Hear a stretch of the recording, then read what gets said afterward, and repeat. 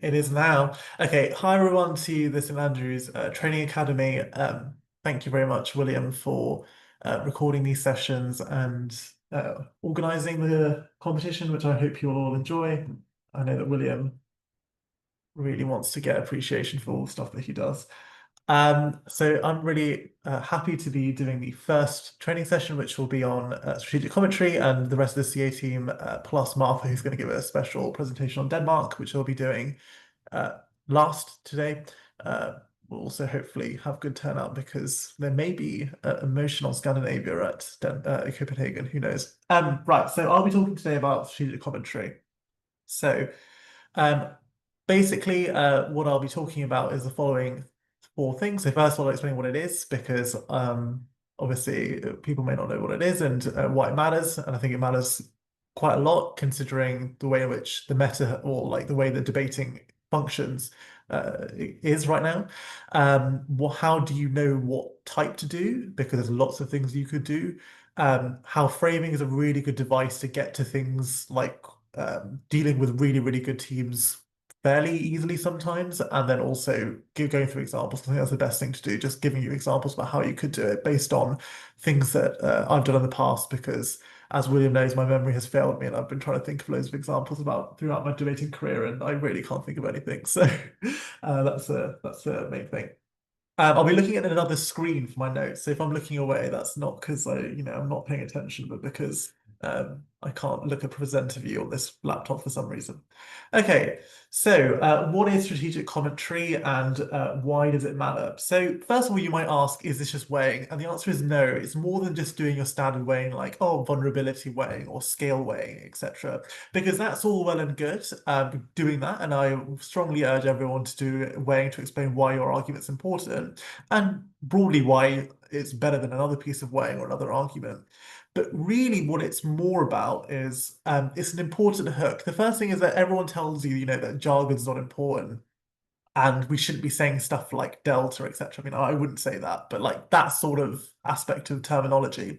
But often when judges are fallible people, they are looking for certain key buzzwords or phrases that they can attach themselves to. So, for example, when a team or a speaker says, "Here's my impact," the judge will suddenly start paying more attention, which you would hope they would pay attention to the entirety of your speech. But often in 30-degree heat during Euros, it's obviously not going to happen. So it's also important to do strategic commentary because I think it's a good way to break up your speech rather than necessarily just giving lots of analysis, but doing a step back and saying, well, actually, why is this important? So it's really about telling judges why something really matters. So it's really talking like a judge, like they would in the deliberation, when they're saying, well, why should this team beat this team? And really using some of the language that they use, but more towards what a speaker would say, and making sure that the deliberation ends up in favor of you.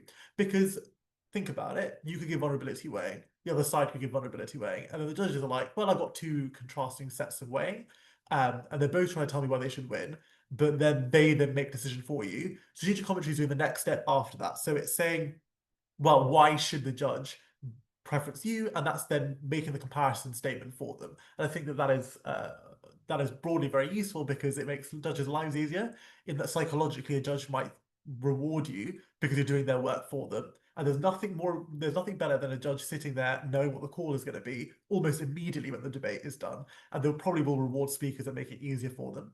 And maybe you'll do better in speaker points, etc. But also, you should do better in speaker points, even if it's not a psychological thing, because you're engaging with the core issues of the debate, which is what the speaker scale says is really, really important. And strategic commentary makes that engagement with other teams and the core issues of the debate more compelling. So this is broadly what I think strategic commentary is and what I'll be focusing on for the presentation. And the reason why Match of the Day is on here, I mean, I don't like sports, but it's a great show. If you don't know what it is, it's basically a football commentary analysis show. They'll show a highlights reel about the match that's being played. I don't know, that week. I don't know. Yeah, I really don't know. But then they'll talk about why the footballer or the football team did a very great move, or a pass or something like that, and why that was a genius thing to do strategically or not so good, and then what they could have done better or what didn't work in dynamics, etc. And that's basically what strategic commentary is, using sports terminology. So hopefully this makes sense. And also feel free to raise your hand to interrupt at any point, with the caveat that this will go on YouTube. So you need to be aware that, like, if you are going to say something, then we're not going to cut it out afterwards because that took too long last time or last year. If you don't want to be recorded, please put a message in the chat and I won't have to say who you are, etc. Or message me afterwards if you don't want to talk during this presentation, which is perfectly reasonable. So how do I know what strategic commentary to deploy? So the first thing is look within what are the weakest parts of your speeches and what is less clear. So when you go up to a judge for feedback, which I hope all of you do, and also talk to your wings, because there are some people who generally may not maybe new to debating. So they're actually often the best people to ask feedback from, because if you want to make your deliberation process smooth and you want you to be winning in most of the deliberation, you need to make sure that everyone understands you. And often it's the people that have debated the least who you need to ask, because then the chair will then, if the trainee understands you, the chair is probably likely to understand you as well. So that's really important.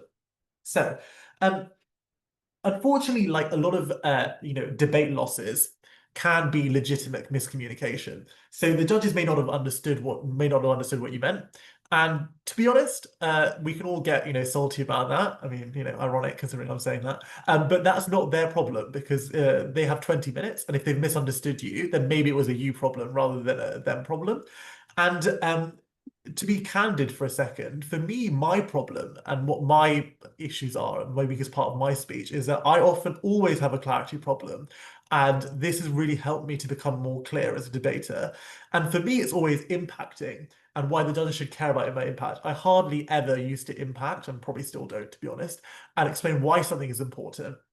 And I'm very, very bad at being rhetorical. If you've ever seen me debate, I'm never good at explaining why something is emotionally charged or impassioned, like why we should care about inflation because you can't put food on the table. Like that's a good example. I never do stuff like that. And so often it's important to maybe record a speech, do a prep drill or a speech drill, and then think, well, I've just listened to that. What did I think was really unclear? And often that's quite really hard to do, because often you're in a mindset of knowing what your speeches are like. And so it might be really helpful to talk to your debating partner that you debate with quite a lot, maybe for Euros, or that you just generally like to debate with.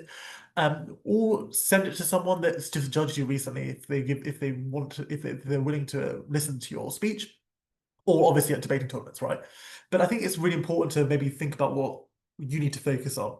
Because strategic commentary, and I'll go through examples, of course, towards the end of the presentation, could be on lots of things. So like comparative analysis, I'll give explanations on, I'll give an explanation about how to do strategic commentary and rebuttal, and stuff like that. And so you can focus on the one that it makes sense to the most. And I think because you have limited time, strategic commentary is there to help the debate seem clearer to the judge.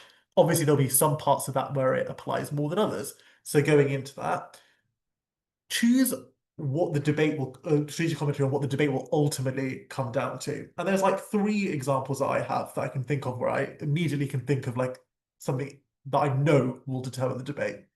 For say for international relations debate, this will always come down to framing. So who is right about the incentives of the country or the actor in question and how they're going to interact? Because that's the first step into determining how they will interact, for example, with their allies, and how they will promote their image externally on the global stage or internally, and their sort of their optics, etc. How they deal with, for example, the resources they have, because that's based on an action, like for example, whether they're going to secure their resources, trade with another group of individuals, or go to war over resources, etc.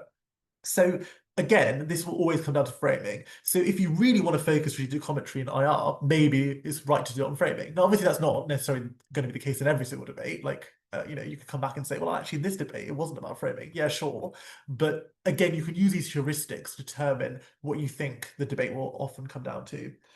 Second thing in economics, this is my favorite thing to do. So you've just learned how to defeat me in an economics motion if you ever come up to me, because I don't run anything else, which is it's the metric of the debate. So there's often lots of different things that economics debates can come down to, and all of them actually can be quite legitimate to run. And many things do matter. So for example, my favorite is running immediacy analysis to explain why making an action immediately is important, because that stabilizes the markets. The markets are more confident because they know what you're actually going to do, etc.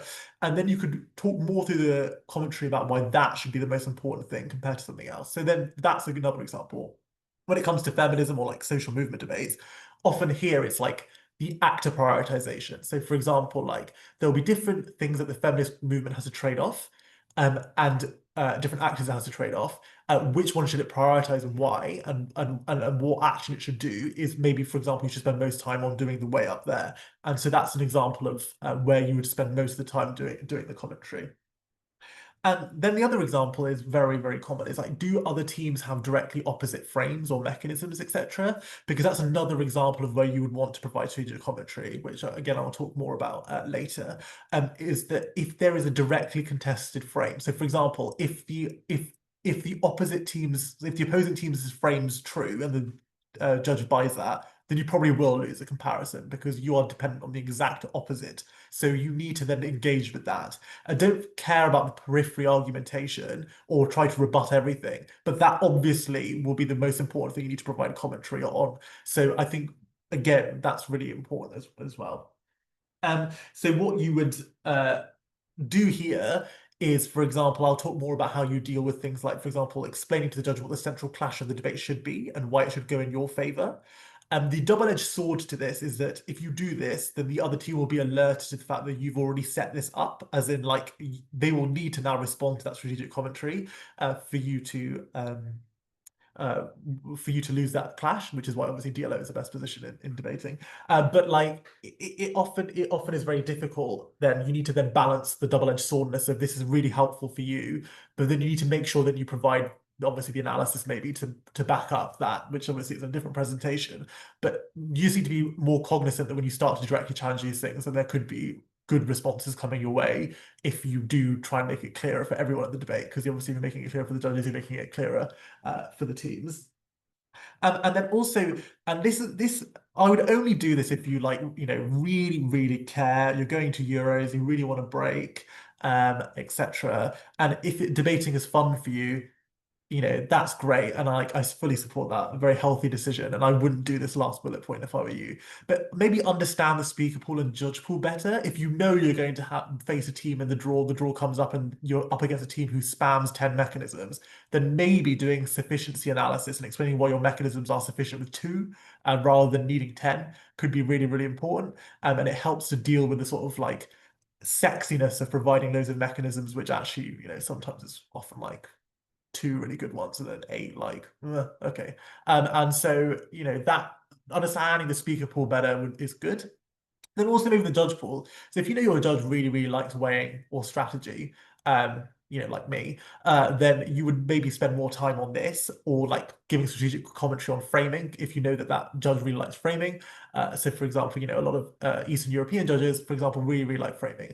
And that's something that you could use to your advantage, for example. So understanding the pool better. And there's not actually like a real like crystal ball on this. You can maybe just do prep comps and then understand from like hitting teams and like talking to your judges what they like and what you can observe. But also just talk to people that you know in your circuit who have done debating longer, because they can obviously have good insights as well into this as well. Okay, so now actually then maybe going into the stuff on then how to deploy it rather than knowing what to deploy, if that makes sense. So first of all, let's just talk about framing very briefly and why it's good. It's a good piece of strategic commentary. So the reason I'm going to bring this one up first is that this is what I would call the AIV strategic commentary. And the reason why is that you can use lots of rhetoric, emotions, or facts and use framing as a device to help establish the commentary of your argument. So for example, if you had an argument on, it was like a debate about media or like TV and film, etc. And there's an argument about like, preferencing Hollywood or the elite and saying that we should care about what tastemakers or like, people who like review films and TV care about. And then you may want to use framing as a strategic commentary device to be like, well, let's shift the debate somewhere else and say, well, do people really listen to like Hollywood? Or do they walk into a cinema because they just liked the topic and saw it, and they just looked at a screen and were like, "Yeah, I'm just going to go watch that." Or, for example, if it's about children, do parents really check what their children are watching? Like, do they actually have this Hollywood backlash thing to like liberal, Hollywood's making liberal films again about like, gay rights and the environment, etc. Like, do parents actually care what their children are watching? Or is it just because this generation is always on their iPad, like they don't actually do any parental controls, etc.? So it's really useful for showing that you have a lot of common sense. Also, it's really good to show that other teams are absurd. It's sort of like a good like rhetorical device, I guess. Because I feel like there's often a very like this. I feel like debating has become very, very like there's a race to the bottom in terms of making very complicated arguments because we assume that that's what necessarily judges want, or doing the spamming of mechanisms, etc. And it is true that there's this air that the current sort of state of debating tends to prefer mechanistic depth. But I think this really is, we're at a juncture point where this is actually quite changing, where strategy and strategic commentary is actually becoming to be more useful. So, for example, you can see that, Sophia A won Euros at Black Sea. This was something that they were very good at doing. They just wouldn't, for example, run loads of analysis, but they would explain why the analysis is important. Martha McKinney Perry, who won Euros last year, also does that in her second speeches. So I think there's obviously a trend of this happening more. And why the stock is becoming stock heavy is affecting closing, right?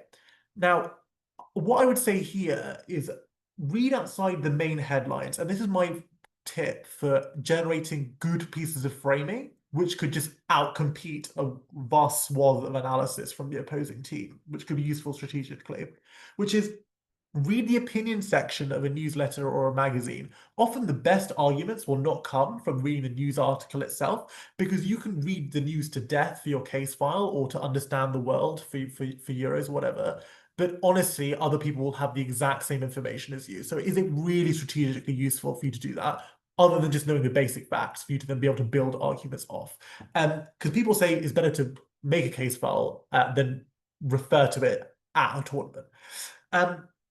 Also, look for commentary from peripheral actors. What do I mean by this? The classic example is like the feminist take on international relations. So there's obviously a big theory, there's a big feminist theory block within international relations, which looks at the gendered lens of IR. But there's countless examples of this. Of, for example, like looking at social activism from a like an academic point of view, for example, like there's a motion about that like Korea World. So there's lots of different sort of actors which engage in the traditional motion types, but not the ones that people think. So this will help you generate extensions better, but also be able to think about how to like outweigh a team. So, and I'll give an example of that, which I thought worked quite well. So, and then the final thing is talking about framing is thinking about recent developments, context, and not being strict within the motion type is what I've just spoken about. Is why could there be a rise in what is happening right now? So we all know from the classic framing debate of like this house supports a rise. You need to explain why there's a rise, etc. I think it's important that some teams don't do that, and then you can use that as a strategic commentary device to say, we're going to talk about the rise. Now, that is a piece of strategic commentary because that's the most common one, I feel like, that people all know about. Like, oh, they didn't talk about the rise. Like, that's the classic one. That is like the most basic strategic commentary. So trying to instill into you that framing is often a very easy device for you to then be able to do something with like often with like limited like time, right? Um, so yeah. And then also when you have a motion type, for example, like um, religion, make a set of heuristics you can take to Euro. So this is like a list of arguments which will often be the arguments that will come up in that motion. So for religion, it's like the individual and their relationship to God, the collective or the community, sect, so different like fundamentalism versus like, evangelicals, etc. And religious conflict. Now, those are the four main arguments in religious motions. If you have that down, you can easily find each of the arguments for that, but then start to think about the not being strict within the motion. So the arguments which may not seem inherently obvious, and because then you can like spend more time in prep thinking about those things. So I would make sure you sort of make a list of those things. So for example, in a social movement motion that we're talking about, you can talk about corporations, you could talk about stakeholder activism. So for example, maybe it's on radical activism within climate change. Maybe you could talk about how if you have stakeholders like climate change investors, them lobbying companies requires you not to be radical. And then you can have a massive delta by explaining it on strategic commentary, where we actually have certainty over the way in which we affect funding patterns in environmentalism and stuff like that. And then you can then weigh against the speculative stuff on the debate, right? So that's how you can use framing really strategically. So I'm now going to go into loads of examples. Now, I will be taking it from my debating experience because I am really bad at thinking about hypotheticals, but I've chosen examples where the other teams that I've debated against are either very good or the judges have made reasonable decisions. So there is no, there is obviously if you know, there's no like hatred or anything on that part. Right. So one example where we did the sort of stock heavy thing really well is that there was a debate on so there was a debate about what sort of narrative you should prioritize in terms of how disability affects people. So, for example, the medical model. So, for example, talking more clinically about disability, and then also the social model about how people should perceive it and like the sort of social aspect of how it affects you in society. Everyone on Top Path, for example, was spending really a lot of time with really good analysis about the validity of the messaging that it provides, the narratives that it spreads, how different actors would internalize this information, etc. And then obviously a lot of our analysis that we thought of in prep was quite, likely would have been burned, right? Because the obvious stuff from this would be narrative debates and how people would necessarily internalize it. Also, William or anyone, if anyone has put something in the chat, please say, because the chat bubble function has like disappeared from my screen, so I can't see when someone's put something in the chat. So we were like, oh, well, what will we do? And then we spoke about funding in science. So we were on CG and we explained why our stuff is more certain and less wishy-washy because and it was very easy for the judges to latch onto because something like funding, like from STEM, is really easy for you to mechanistically like track the flow of that argumentation. So we explained how you'll get more funding for disability STEM research when you can write a grant, use medical language to prove that. And if disability activists are able to use that language more, they are able to understand how the science field works better and then be able to find funding for stuff like drugs or innovations to infrastructure, etc., which are really important for you to be able to get legitimacy for these sorts of like innovations, etc. And then that won the debate because it was very clear to the judges that this is a very easy thing to latch onto. I can see how much funding they're getting. I can see how much of an effect it has. Whereas I'm not sure who on Top Half is getting to the point of who do we believe about who's going to make people feel better or worse about themselves, right? So thinking about something outside the box, right? Like that's the sort of thing that we were able to explain. And then we could talk about the strategic commentary behind that. We could push why the framing was useful against other pieces of framing. Another one is about immigration policy. So favoring immigrants that are projected to be like highly paid versus low paid in highly developed countries. Lots of the debate was talking about which would be better to have as a group of actors. But then if we look at like highly developed countries, we talked about why the economy tends to be quite specialized. So, for example, Silicon Valley startup cultures, etc., innovations in green tech and stuff like that. So you might want to have high paid people because you can develop like bilateral support with academic universities. For example, Yale has a university campus in I think it's like Malaysia or Singapore or something, and then you can develop those support hubs to be able to create bilateral funding corridors. Develop the country of origin where that migrant came from, their universities, develop their art research and development, etc. So there's stuff you can do outside of the inherent motion to make it easier for yourself to have a framing push. And obviously this takes time for you to develop, but if you do the heuristics thing, so you can make a list of things that you think the obvious arguments are going to be for nearly every motion, then it makes prep slightly less stressful because you can then go through the most common arguments more effectively and then think about the other arguments which could be like more innovative, right? And this will obviously take time, but hopefully you can understand from these examples how just a bit of framing or like a shift in the frame of the debate will take like a minute, but then will often without a lot of other work, like mechanistically we ran like maybe 2 or 3 mechs across both of these arguments, like it could really push the debate in your favor for very little amount of work. Okay, now going into like some very common examples about that like where strategic commentary actually very much applies. So the first of all is insulation. So this is basically where you're pointing out how you are like not contingent on a response or a piece of framing or mechanism that another team is using, which uniquely and importantly you think seems dangerous. So like for example, the judge is nodding their head, or like it seems like a very good piece of frame, or like it seems like it could be very, very persuasive. Um, and if you're able to show this through strategic commentary, it's a good sidestep because it means that you don't need to deconstruct their claim. Because if it's good, it will take a lot of time for you to rebut that claim. Or also, which is very common, which we've changed a manual about, which no one's really given us questions on the form about that yet. Is that you don't have to then knife your opening if you do insulation strategic commentary to say why you are better at that response than your opening is or whatever stuff that people do nowadays. So where do you usually use insulation? So there are like two broad aspects where you would want to have an insulation strategic commentary. So first is when you might have incentive but not capacity, or where you might have capacity and not incentive. So this what do I mean by that? Because everyone says these words but don't actually explain what they are. So incentive could be why you are interested in doing an action, or why someone would want to then do something that you say they're going to do. And then capacity is do they have the resources or ability to do the thing that you say they're going to do. Now, often in debating, you might not have both because it's very, very hard for you to like be in the mind of someone else and think what they're actually going to do if they could do lots of different actions, right? And so you might have one, but not the other. But then you want to explain why the other response is insufficient. So, for example, this house opposes the use of game-based assessment as an elimination factor in job applications. In this debate did a very good job of explaining, look, you don't really have time as a large company to do all of the checking of like CVs, etc. manually. Like you'll have hundreds of applications if you're a big company like JP Morgan or something like that. So you will have to spend loads more money and there'll be lots of human error if you go through everything one by one.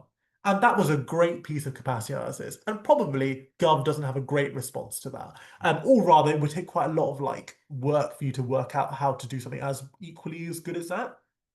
So then what you want to do is and we didn't do this, and it was very fair that we lost to them because we didn't actually give strategic commentary explain when we were up and we said, well, actually there could be like loads of ethnic minorities, etc., who could be very good for the job because they provide a different perspective, but are unable to apply because they get filtered out. So they don't get good feedback. They don't get to get into jobs because it's often very, very biased, etc. And all of that sort of stuff. But we didn't provide a strategic commentary to explain, well, these they won because the judge thought, well, they still proved out why they would always be crowded out on either side. We could explain that we don't care about the capacity clash, and so we would rather people care about these groups of individuals because they matter for X, Y, Z reasons. So, for example, for diversity within the workplace, etc. So there you're giving a reason why the capacity shouldn't matter or why you should not care about it as a judge. But if you don't provide that, then the judge is going to resolve it in the way of opening position because the path to least resistance says that opening position should win the debate, right? Because they have a better reason for why you get efficacy. So pointing this out would have been better. And then that wouldn't have taken much time because I think it would have been harder to explain to the judge why you do have capacity on your side, or why why you have the same amount of capacity, or explain why their claim is not true. All you need to do is maybe give a reason why you have sufficient capacity. So for explaining why you can still automate some things. For example, you don't have to have a game-based assessment, but you could have like, for example, like multiple choice, etc., or like not scenario-based, etc. Like you can have other forms of assessment which are automated, but you have a longer shortlist, but we would prefer a longer shortlist and take the trade-off. So explain that there's a trade-off, explain why we don't care about the other team's claims. That's a much simpler way of dealing with it rather than doing the normal debate stuff around that. So I think that is a good example of how you can approach that. Okay, then some strategic commentary on how to deal with the comparative. So, oh, I don't know what I did there. Okay. Um, so, um, so there are two broad things you can do here. So first of all, when does the comparative activate? So this is basically, I don't like saying tipping point, but this is basically another word for tipping point. So, and I think this is important to consider because it helps you focus and prep more and discuss the way that something works. Now, one of the best pieces of prep advice I could give to you all is that often discussing how the motion works and how the world would, like how the world in a macro sense would interact with this motion is way more important to do in prep time than it is to discuss mechanisms or arguments. Because if you understand how the debate's going to work and you understand maybe what the opposing team is going to maybe posit as a frame or an argument, then it's often better, easier for you to be able to develop arguments around that because you can sit in the debate, unless you're opening up, obviously, and think about what you're going to say and the mechanisms because they'll be easier to come to you because you understand how the method works. Unfortunately, you can't talk in the debate, even though many people try, and it's really annoying. And you can whisper mechanization, push a piece of paper to your partner about the mechanization, but you can't discuss the debate. So it's easier to discuss the more important things in prep because then you're able to understand how you're able to position your case with strategic commentary better because you understand what other people are going to say because you think about what the opposing side's going to say, and then you will understand how to then position your case, which will be harder to do during the debate.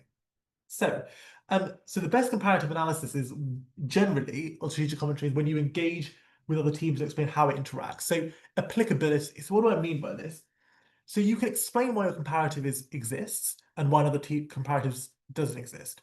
But if you have an understanding of the process or methodology behind the motion, you can situate your comparative or analysis within theirs. So you can explain how, well, if our mechanisms were to exist in their world, or their mechanisms were to exist in our world, why would it be better or worse?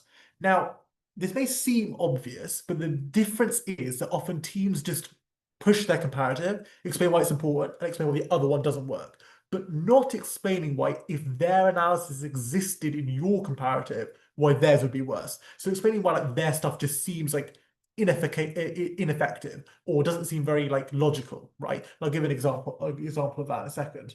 So how would it manifest basically in your side, and why would it be better to have your stuff than their stuff?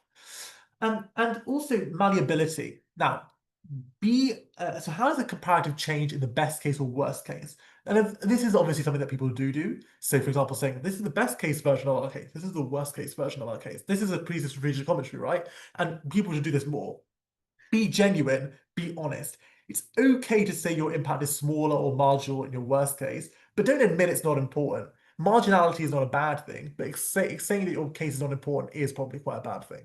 So explaining like how in your worst case or your best case the case changes, because then it can ward against rebuttal, which maybe you can mitigate your claims, but doesn't flip your claims. Often people are not very, very good at flipping claims, and often give yourself some credit. Like sometimes the easiest things to flip are the stuff that has less mechanization. So that's why you don't see a lot of flipping nowadays.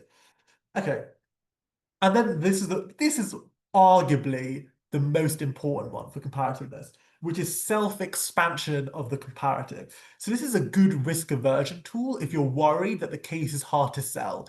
Now, if your case requires a, a big burden to prove, but you think you've only got halfway there, you think you've given half of the burden. So you think that you can prove good incentive, probably has some capacity, but maybe you don't have full capacity to say what you want to. You want to leave the room of the debate with telling the judge that if you don't believe all of our burden, it's okay. And explaining an example where they can decide for you. Imagine there's a scale, like, and they can move a dial. Letting them have the entire scale so you can let the judge move the dial for themselves on how much comparative they think it is, rather than a tick box or like a button where the judge will only press it if they think that you've met your burden completely. But you want to give them the dial. And so I'll explain that in the second example. So I'm going to go into the examples now. So it's basically about the judge basically able to choose a level of comparative that they can buy. And maybe they don't fully buy your claim, and that's not great. But maybe you went fourth, maybe you're third. And you know what? At Euros, you want to basically avoid fourthing. Right. So this has not updated. Okay, so the first one is meant to be, this house opposes the focus on coming out in LGBTQ plus media and popular culture. So just to clarify that again, it's this house opposes the focus on coming out in LGBTQ plus media and popular culture. So an example of applicability here. So what we explain is that there are lots of there's lots of different types of coming out narrative. There's not just one. So the teams in the debate were saying, well, here's all the good and bad things about focusing on coming out. And we entered the debate and said, well, actually, you can come out in multiple different ways. And the one that we focused on is called the glass closet coming out. So this is basically where, in a lot of societies where it's often harder to be queer, you may come out halfway, but not fully. So you could be out to your friends, and you could not be out to your family. You could show some queer characteristics. So, for example, you could be a slightly effeminate or like dressed in a certain way, which may signal that you might be queer, but not explicitly saying that you're queer. And these are often very legitimate things because people feel like that's the best way to express themselves whilst also keeping their safety. Now, what we did in that for the applicability claim is that we said, well, if Op got their way in explaining that they could focus on coming out, then all of these narratives would not exist in their comparative. So we situated our stuff into theirs and we said, how successful would the glass closet lifestyle be on Op's comparative? And we said, not very. We didn't say, well, look, we oppose this because now we don't get we get people who feel worse about coming out. We said, look at what genuinely happens if we place all of our material in the good things that Op are trying to claim. So, for example, the narratives get crowded out. You are forced to come out in a certain way, otherwise you don't feel queer enough, quote unquote, etc. And these are the sort of things that you can do. God, I'm running out of time. All the people from St Andrews will know that I always overrun training sessions, and I need to go a bit quicker. And the second one, which is actually on the screen right now, is post-conflict countries, the practice of the pact of forgetting. So this was basically like in post-Franco Spain. It was basically a policy not to confront the legacy of the Civil War or fascism under Franco. And it avoided public discussion. They had an amnesty for crimes committed during this regime, and there was no public valorization of the Franco regime. Now, this is an example of self-expansion and something that William and I could have done a very easy job of explaining in like 2 sentences, but wasn't very clear to the judges, which was like fair enough because like we didn't explain it. And this was basically where we explained why the comparative was unclear on critique. So we from the judge, we said that losing bureaucrats on Gov. So we support this practice because bureaucrats would feel like shit on Op if they were like had to leave the civil service because people didn't like them, and like loads of democratic people, leaders after the dictator, are likely to want to wash the sins of the past and get rid of civil servants, get rid of bureaucrats, etc., to have a clean slate, a fresh start. And we explain why that's bad for the running of the country for several reasons, because often they tend to be the most technocratic, because it's autocratic. They often don't have democratic mechanisms to help people understand what was actually going on. So they often tend to be the only people who know how to run the country, etc., all that sort of stuff. But then we didn't explain why losing 5 bureaucrats versus losing 100 would be a bad thing. And then we could have explained stuff like it's a signaling effect. So if 5 people go, then maybe more go. There's a hive mind or chilling effect. So, for example, often people think in the same way. So losing some people is often really, really bad because it creates a slippery slope. We can explain why 5 people are just important for functioning in general. So it's still a comparative that is important in the debate. Also, people with the actual power are likely to get removed. So if it's 5 people, it will be the 5 civil service heads. It won't be the 5 grunts in the civil service. So these 5 people are actually really important, and all that sort of stuff. And then we say, even if you buy 5 or 100, we're still winning the debate. And that's the activation stuff, right? So if that was explained, maybe we would have won the debate. And so that's examples of where you can try and prove whether self-expansion is actually happening. Okay, I'll go through this one as slightly quicker. I've got 2 slides left. So the first one is this probably will take less time because it's sort of obvious from other presentations that you may have received. It's just that it's important not to spam rebuttal and focus on one central rebuttal and base it on what we've already discussed. So the central clash or the framing. So if some land responses and some don't, psychologically, the judge may switch off. So they're like, oh, well, they've given one good response, but they're giving like pretty mediocre responses. Maybe the rest of them aren't that good, and they won't evaluate it properly. And some judges, unfortunately, do that. And it's also a lot for a judge to evaluate, especially as you're trying to respond to many different things. They only have 20 minutes. They're not going to take your six rebuttals, go, here's a pinboard and here's the red string going across to every single clash, they're not going to do that. They'll only prioritize the rebuttal they think is important. And unless you're op whip, a speaker can come right after you and deconstruct all of the rebuttal you just gave, which is why DLO is a great position in DPM shit. So, like, you will have to trade off explaining. Sorry, I was being facetious, but you'll have to trade off explaining why the rebuttal, lots of rebuttal and the trade-off that you'll gain is why the rebuttal is important. So focusing on the central thing is important. So a good example of that is, for example, an emotion about like leftist rhetoric over nationalist rhetoric in like anti-colonial African movements. We had a very, very like good and team who we were up against who like had a very like clever point about how like leftism talks more about like agriculture and practices like political consciousness or understanding of the economy or their rights, which is why it's better for these people to have leftist rhetoric. And then we said in response, I gave one simple like response, which was just like, well, nationalism is better because it creates like apathy. So it deals with apathy and like national unity and stuff because there's collective action problems which only nationalism can deal with. But the gov side would be explained either way. So if they want agriculture or political consciousness, nationalism can do it because if it's politically a good idea to explain their rights, if it's politically a good idea for an anti-colonial African movement to explain how agriculture works, then they'll do it on both sides of the house. So we get their side and we get unique stuff on our side. One piece of rebuttal, it was apparently very good, and that's it. And then I moved on. So like that's like an example of where you want to focus on the central clash or the key frame that that team is trying to make. Because then the other stuff will collapse down, hopefully. Anyway, unless they're a very good team, in which case their stuff is independent of each other. But that's a whole different presentation, like, I guess. And then also free voting, which is basically when you're not whipped to vote. So, for example, in some countries, you could have like government whips or opposition whips, where the party instructs you to vote in a certain way on party lines. So, for example, everyone has to vote the same way on legislation. And a free voting is when you don't need to do that. So that's often on matters of free consciousness, for example, like abortion laws or like gay marriage, etc., where the party would not necessarily whip you to do something because it's not like actual party policy, but it's about like matters of the conscious or the heart, etc. So we decided to run. Well, we support free voting because we don't care about everything being quick because we want proper scrutiny on things. And the other team decided to run why immediate stuff is really important. And then we explained if you really want to pass something to help the economy or do war against other countries, like airstrike some another country, you will do it immediately because everyone in the politicians will understand you need to make an immediate decision. Otherwise, you'll get voted out because people will think you're not being serious enough. So you will get immediacy on our side. It's about normalizing the practice of free voting. So that's another example of the example above. So hopefully you can see how that sort of works. But sorry, I've been rushing this because again, I've run out of time. But hopefully that makes sense.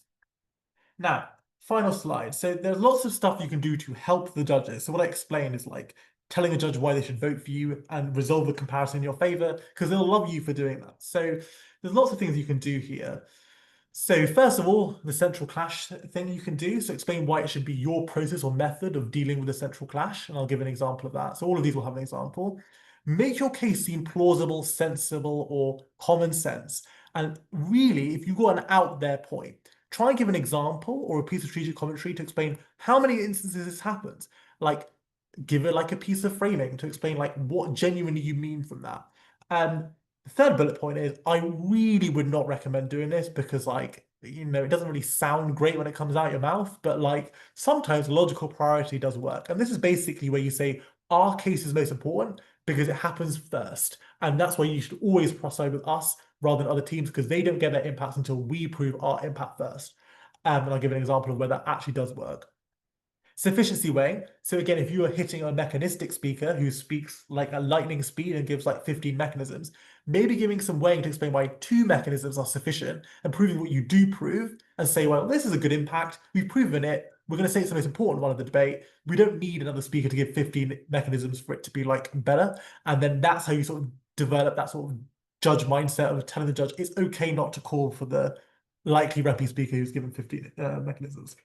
And then finally, talk like a judge and do the power comparison. And I'll spend a little bit of time on this in more detail because I think this is like a really good thing to do, but it's often hard to conceptualize. And then there'll be hopefully 10 minutes left at the end for questions because Yeah, there will be. Okay, so first of all, on the first example, this house would ban AI-generated content on all social media platforms. So in this, well, this was not me, this was William. And I'll give him credit because again, he loves credit. He said that, well, the central clash of the debate several times in his speech was on AI regulation, because AI will always develop faster than regulation. So stopping them from doing something that they will have, just regulating them is a good idea, because they can do what they want often. And then they were saying, we don't care about how many people could access this content. All we care about is that there are some vulnerable groups who, should be protected, who would never be protected unless there is some regulation. And then we say, well, Op cannot get at a better version of this claim, therefore it has to be a ban. It has to be a ban, otherwise they won't be able to be regulated. And that is a really good example of showing to the judge why the ban is effective and needs to take place, and for what reason, which is the clash comes down to regulation. Because what AI companies can or can't do, or what social media companies can or can't do, is the thing that determines how the debate functions. And then you just make loads of claims after that. The issue is the double-edged sword, right? You tell teams to focus on that clash. So you want to make sure that your analysis often, steps up to the mark there. That's a good example of pointing out why the central clash is important. Because we were an OG, so we need to make that absolutely clear. Otherwise, teams could come and explain loads of different things, and we wouldn't have time to explain in the POI why we think ours is most important. Now, the next one is make your case seem plausible. This house would only provide state pensions to those mentally or physically unable to work. We explained here that working out who is mentally or physically unable is really degrading, and also very, very like it's often like really shitty to do that. So for example, filling out a form and feeling upset filling out the form for self-assessment, like for example, can you walk to the bathroom, and like filling a tick box form for that could actually make you really upset. It could be degrading to feel like you're only like on tick boxes and your life doesn't matter. Or narratives in society that are developed about how people view themselves are harmful. And then if you think about it, like our impact is just you have to tick a box. Some judges might be like, okay, but doing the rhetoric about why it's degrading is often really important, because then it shows the harm. It shows the rhetoric, why it's important. And the panel was convinced after the rhetoric, like why it's actually important. So sometimes giving the real life implications or plausibility of something is important. So we need to ground our analysis in BP debating and why it matters. And often we don't do that because we're in our own bubble. But doing this is really important. And that's strategic commentary. This house will legalize wildcat strikes. This is something that William always laughs at, but I think it's actually like really important. So basically, a wildcat strike is when you can strike without balloting, so you could just go on a strike whenever you want. So I said, well, the developing world here is most important because often they don't have any protections at all. For example, dealing with really toxic chemicals, but they don't have gloves. And my impact was literally gloves. And I said that's the most important impact in the debate because it's upstream, because like these people don't have any protections at all. Giving them like gloves, which is a bare minimum, is more important than anything else in the debate. And also it's common sense, because otherwise they might inhale fumes, they might die, they might get a serious chronic condition, etc. So all of these things are like, genuinely like things that you could do here as well. And also upstream, downstream weighing here, you could do is another motion. It's like this house supports the rise of the stay-at-home trend. So this is an example of where children stay at home more and don't go out and touch grass. This was like Glasgow Euros.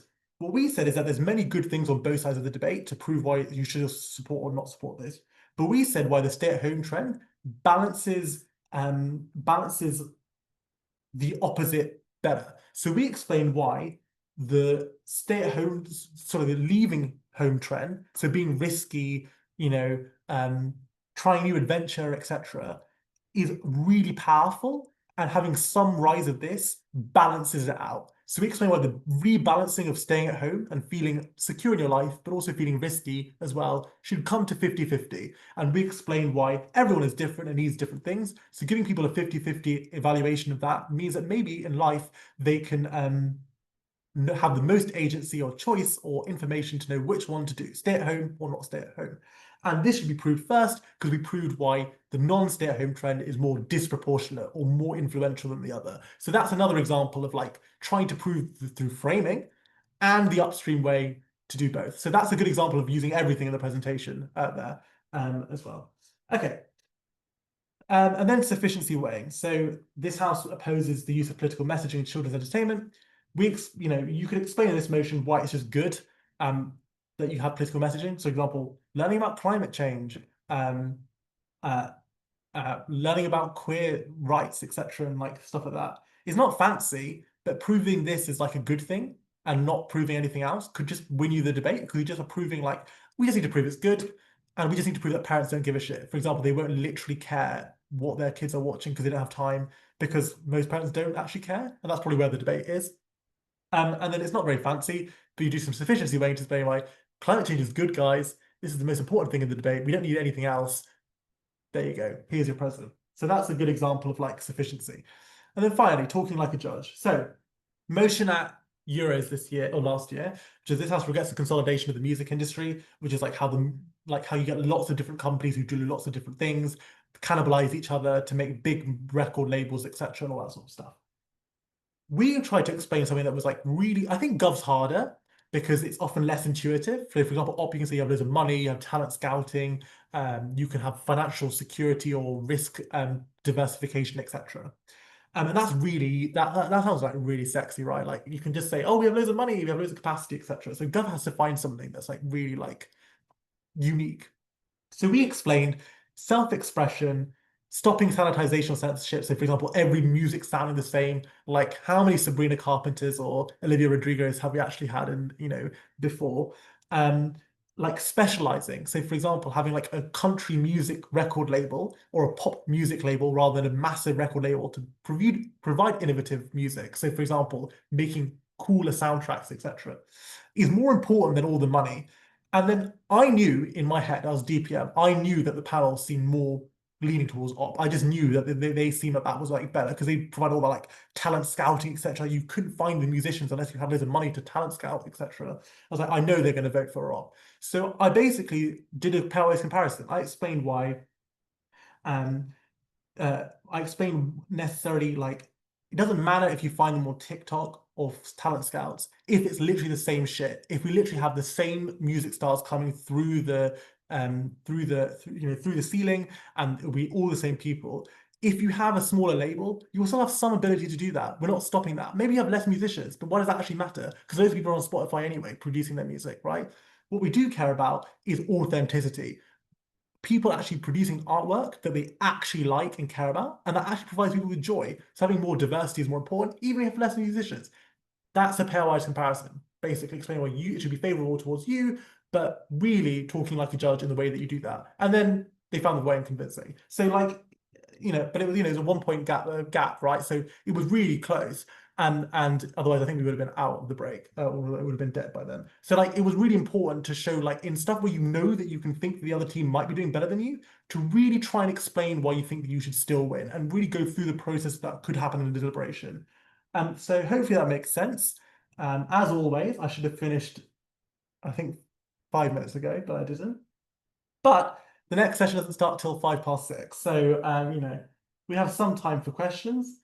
Um, and yeah, I will take questions now if anyone has any. You can obviously message me on Facebook or Discord or whatever if you want to ask privately, or type in the chat if you don't want to ask out loud. But hopefully this all made sense with all the examples. Sorry that I went really quick at the end, but time is always my worst enemy. As this presentation showed, time prioritization is most important. So is there any questions?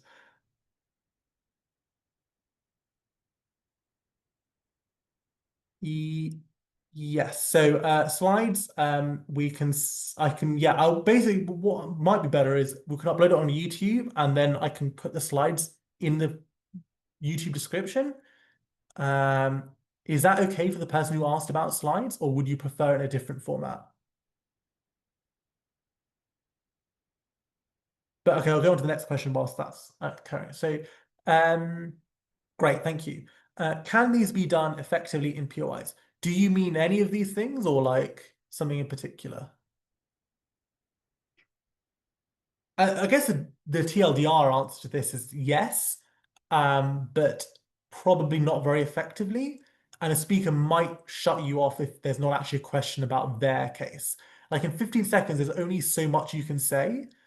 And I would rather you guys did one argument with maybe 3 or 4 mechs and a piece of weighing and an impacting, and then spend 4 minutes or 3 minutes on doing this than doing other things. And I think that is most effective. Because often you might be rushed, you might be stressed, you might stutter, and you've lost like 5 seconds already, and you have 10 seconds left. And so like there's lots of human things that can get in the way in POIs. And I've tried doing this, and then but sorry, I keep talking about William, but I love William a lot. And like William is often response to whenever I do this in a POI is you should have done it in your speech, and then just cuts me off, which is kind of actually really fair. Like I really should have done it in my speech. So it also may not come across well, like in that like you seem to have a last ditch attempt at trying to do this. So no, I would say that probably not. Does that answer your question? Please feel to follow up if I've not answered it in the way that you wanted me to answer it. Thank you. Yeah, okay, great. Any other questions?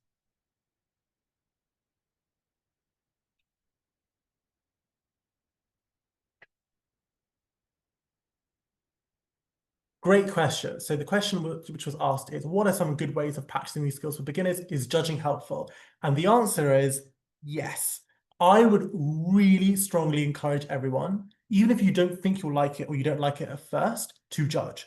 Because if the CAs do a good job, you should be rotated up in many different rooms. You'll see some good rooms, you might see some not so great rooms, but you'll be able to be exposed to different types of rooms. Most trainees are often allocated to experienced chairs who know how to handle the panel. So often they'll be able to tell you what they think about the debate, how they're resolving clashes.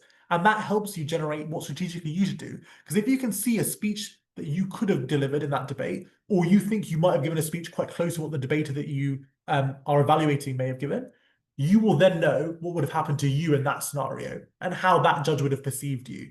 And I think that that is a really good example of where judging is extremely helpful.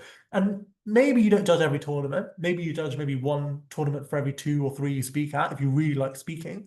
But judging is helpful to help understand what's happening in deliberation to be able to do these skills in the first place. In terms of what is a good way of practicing it if you don't want to judge, is think about how you do prep time. So if you spend more prep time talking about what you think the debate's going to be about, what the opposing side is going to say, and how you could weigh or position your case, that is already the bread and butter that you require for doing this sort of work. Because you can then think about how you're going to position your case in your speech and all of these sorts of things that I've spoken about. So if you try and spend less time in prep, the more you get confident with running an argument. So at a total beginner, maybe not, but you probably wouldn't want to make a beginner do this often immediately. Like strategy tends to come later when they develop.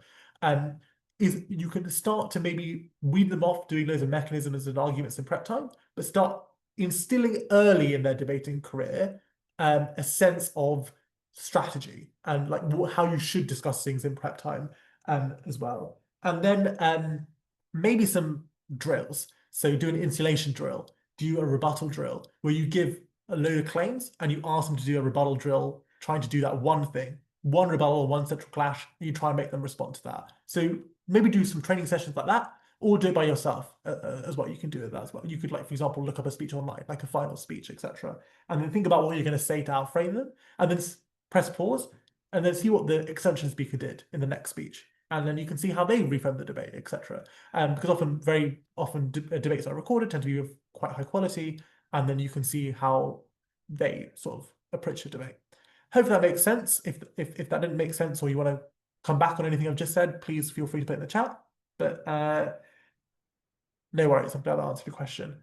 Is there anything else from anyone? Otherwise, I think Anna Coman is next. And I think that's the next one's going to be really. I think the next session will actually tie very nicely into this, because it's more about like how you talk about your case and how you like sell your case, which hopefully will also be the other side of the coin to this presentation. So I would stick around for that. And also, Anna is a lovely human being. Um, are there any other questions? Okay, that's me.